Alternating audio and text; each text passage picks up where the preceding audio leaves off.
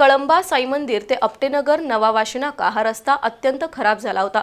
महानगरपालिकेनं नव्यानं रस्ता बनवला आणि पावसाचं पाणी वाहून जाण्यासाठी दोन्ही बाजूला मोठ्या गटारी बांधल्या।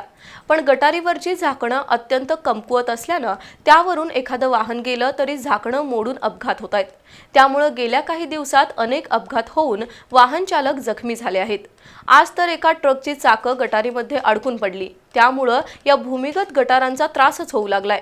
शिवाय अनेक नागरिक या भूमिगत गटारांमध्ये कचरा टाकतात। कोल्हापूर शहरातील बहुतेक सर्वच रस्त्यांचं काम निकृष्ट दर्जाचं आहे। कितीही बातम्या केल्या तरी ढपला पाडण्याची सवय लागलेल्या महापालिका अधिकाऱ्यांना फरकच पडत नाही। कळंबा साई मंदिर ते आपटेनगर नवा वाशी नाका हा रस्ता अत्यंत खराब झाला होता। नागरिकांनी अनेक वेळा आंदोलनं केल्यानंतर महापालिकेनं हा रस्ता दुरुस्त केला। त्यावेळी पावसाचं पाणी वाहून जाण्यासाठी रस्त्याच्या दोन्ही बाजूला भूमिगत गटारी बांधून ठिकठिकाणी सिमेंटची खाचा असलेली झाकणं ठेवली, जेणेकरून पावसाचं पाणी या भूमिगत गटारीतून वाहून जावं। पण मुळात अनेक बेशिस्त नागरिक या खाचा असलेल्या सिमेंटच्या झाकणातून गटारीत कचरा टाकतात। त्यामुळे गटर चोकअप झाली तर महापालिकेला जबाबदार धरून चालणार नाही। तर दुसरीकडे भूमिगत गटारीवरील सिमेंटची झाकणं अत्यंत कमकुवत आहेत। त्यामुळे एखादं वाहन या झाकणांवर आलं की सिमेंटचं झाकण तुटून पडतं। त्यातून अनेक अपघात झाले आहेत। आज सकाळी या रिंग रोडवर असाच अपघात झाला।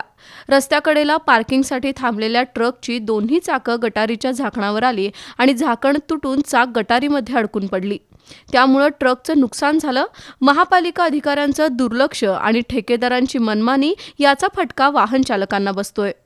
कळंबा साई मंदिर ते वाशी नाका या परिसरामध्ये ड्रीम प्रोजेक्ट नावाचा या ठिकाणी रस्ता बनवला होता। त्या रस्त्याच्या चेंबरमध्ये निकृष्ट दर्जाची झाकणं बसवल्यामुळं हा डंपर आज शेजारी पार्किंग करायला गेला होता आणि आज तिचं झाकण तुटून हा डंपर त्यामध्ये गेलेला आहे। यावरून कोल्हापूर महानगरपालिकेच्या कामाच्या दर्जाबाबत चौकशी झाली पाहिजे। अधिकारी अजून किती सुस्त बसणार आहेत?